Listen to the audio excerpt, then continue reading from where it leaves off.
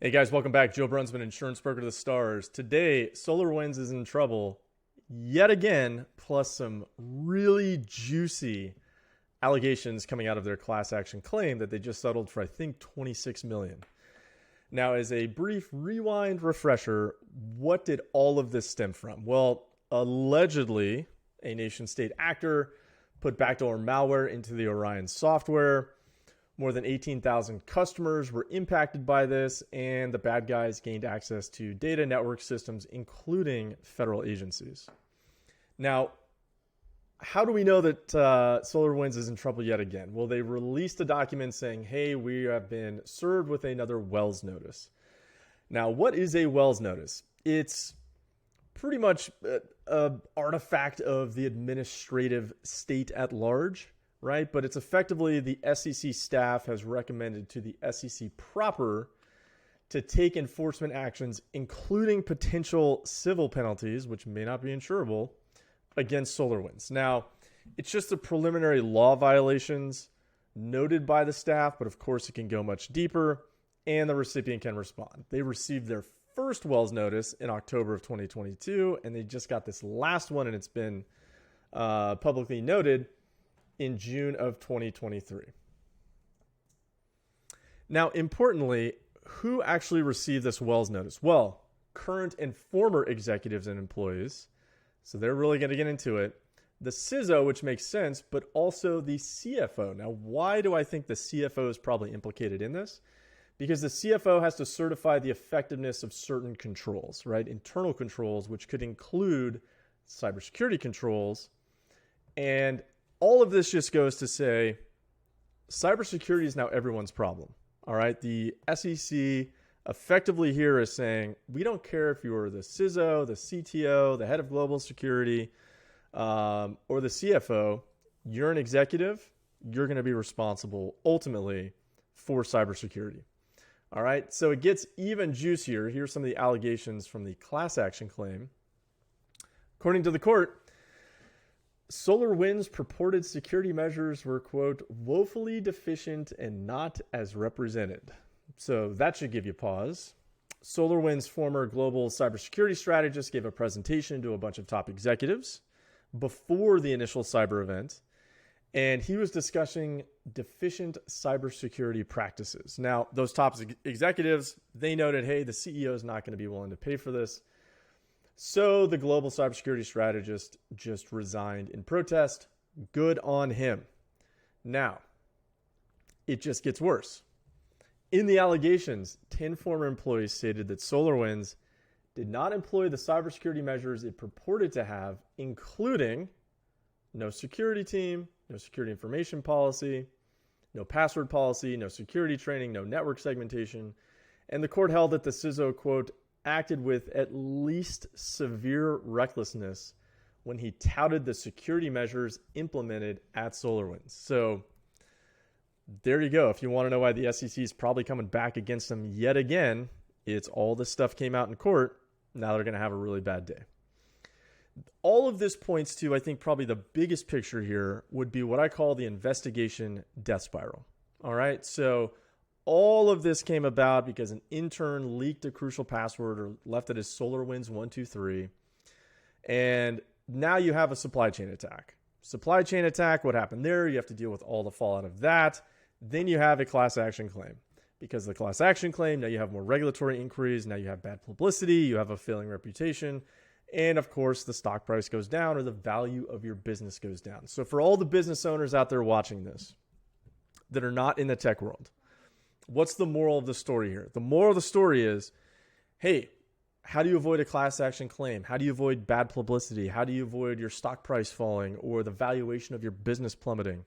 How do you avoid a bunch of clients running for the hills and going to your competitors that are already courting them anyways?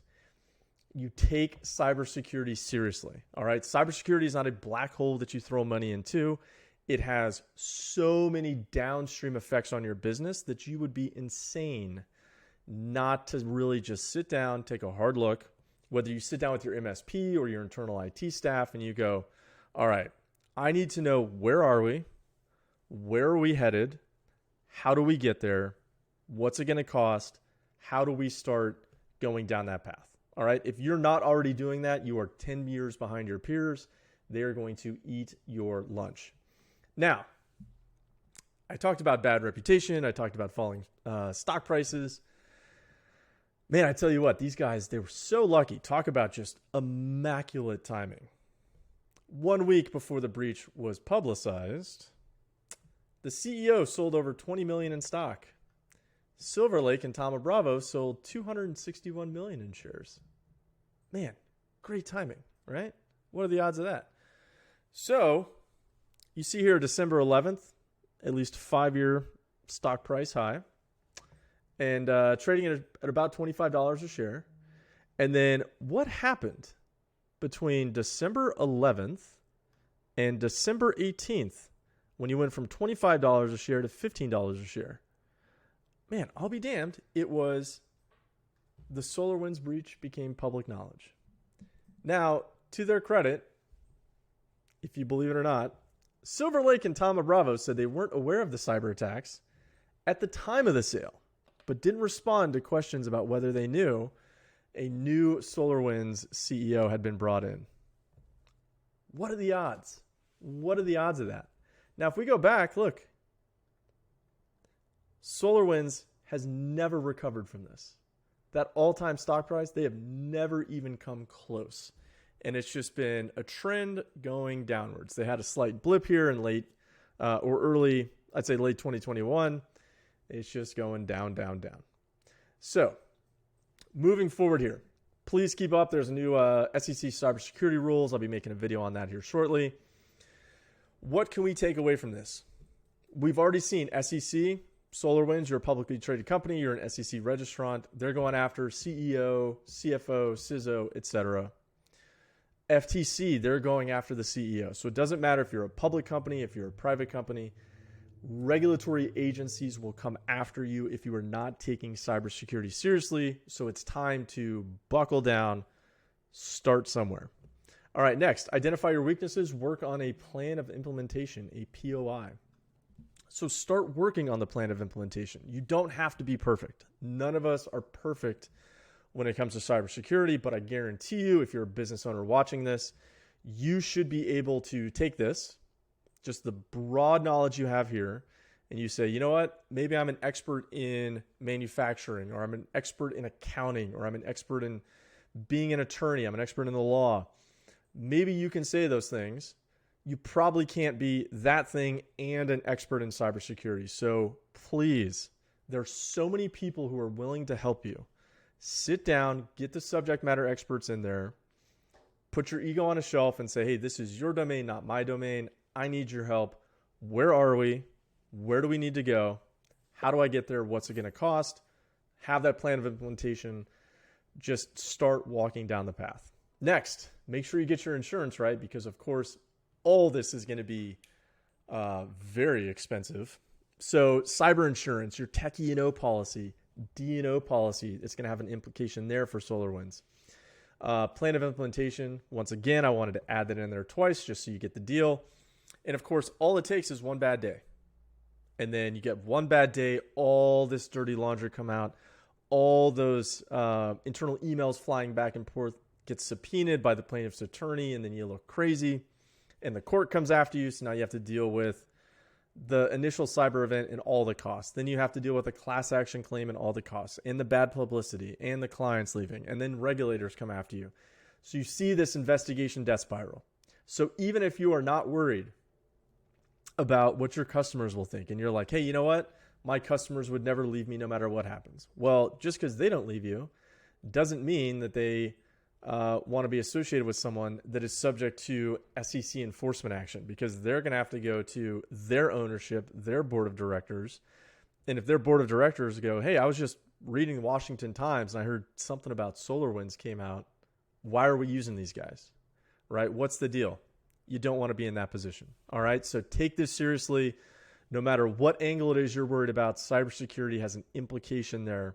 So with that, I think we should probably all ask, just as an industry,